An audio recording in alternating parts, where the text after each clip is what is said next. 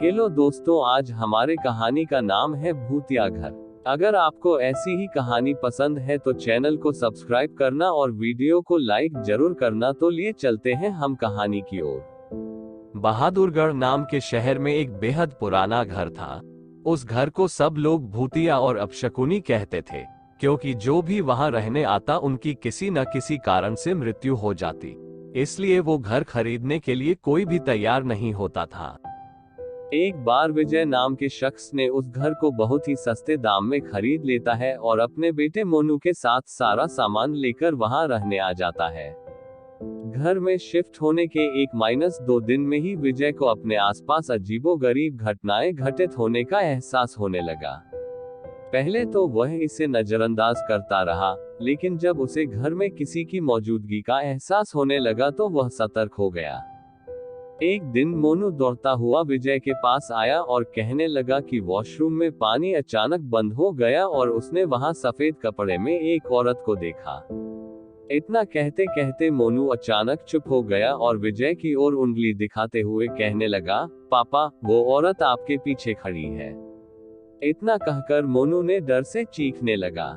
विजय मोनू को गोद में उठाकर उसी वक्त घर से बाहर निकल गया। मोनू बहुत सहम गया था, तो उसका डर भगाने के लिए विजय ने उसके लिए एक कुत्ता खरीदा और उसे साथ लेकर तीनों घर वापस आ गए। एक रात बहुत तेज बरसात में जब अचानक घर की बिजली चली गई, विजय ने घर से झांक कर देखा तो आसपास के सभी घरों में बिजली थी सिवाय उनके घर के। तो उसे लगा कि जरूर पावर सप्लाई में कुछ गड़बड़ी हुई होगी।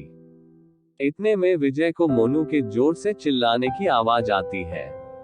विजय दौड़ता हुआ टॉर्च लेकर उसके पास जाता है।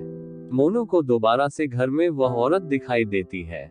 मोनू को सहमा देखकर विजय उसे अपने साथ बिजली ठीक करने के लिए पावर हाउस ले जाता है।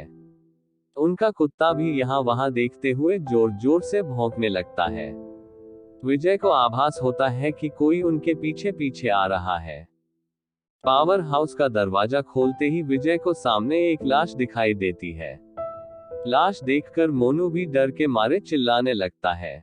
विजय अपने बेटे को लेकर तुरंत दरवाजा खोलकर घर से बाहर भागने की कोशिश करने लगता है। घर से बाहर निकलते हुए अचानक विजय का पांव दरवाजे के पास बनी लकड़ियों की सीढ़ियों में फंस जाता और बहुत कोशिश करने पर भी वह पांव बाहर नहीं निकाल पाता।